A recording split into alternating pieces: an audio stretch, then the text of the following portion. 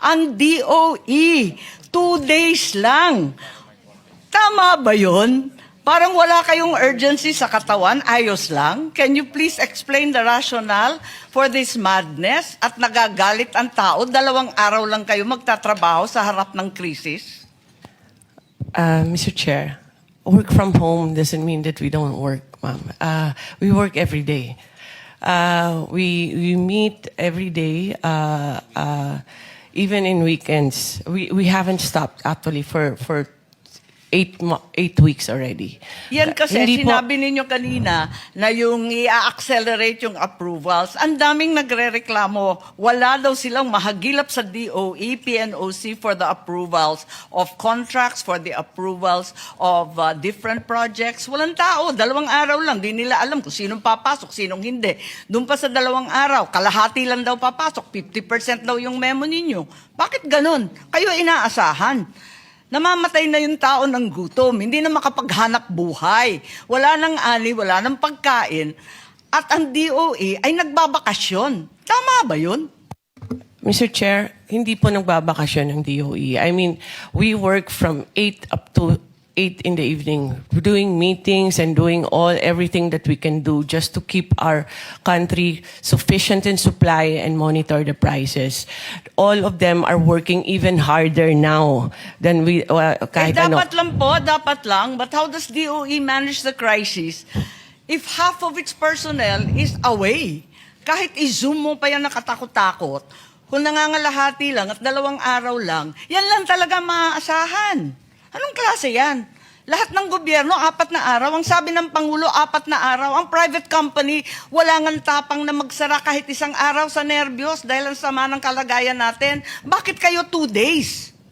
2 days, ma'am, because we are aware that we have to save energy and electricity in this. From the get-go, we wanted to push. Sa sobrang saving naman ninyo, Secretary Garin, hindi naman yata tama na walang pumapasok yung mga oil stakeholders, lahat ng umaasa na makabili ng mas murang langis, walang mahagilap sa DOE. Wala raw katao-tao sa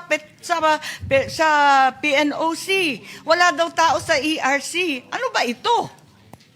Mr. Chair, the bureau that's OIMB, that's downstream, that's there all the time, even on weekends. PNOC is there also. ERC is there also. All the personnel na dapat nag-handle ng mga frontline natin, nandyan, Mr. Chair. Those that are not in the office are continuously working. These are all, we have had a system of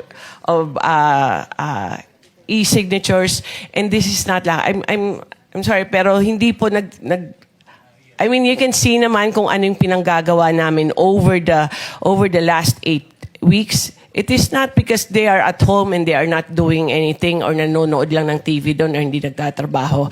We can show it in our accomplishments, Mr. Chair.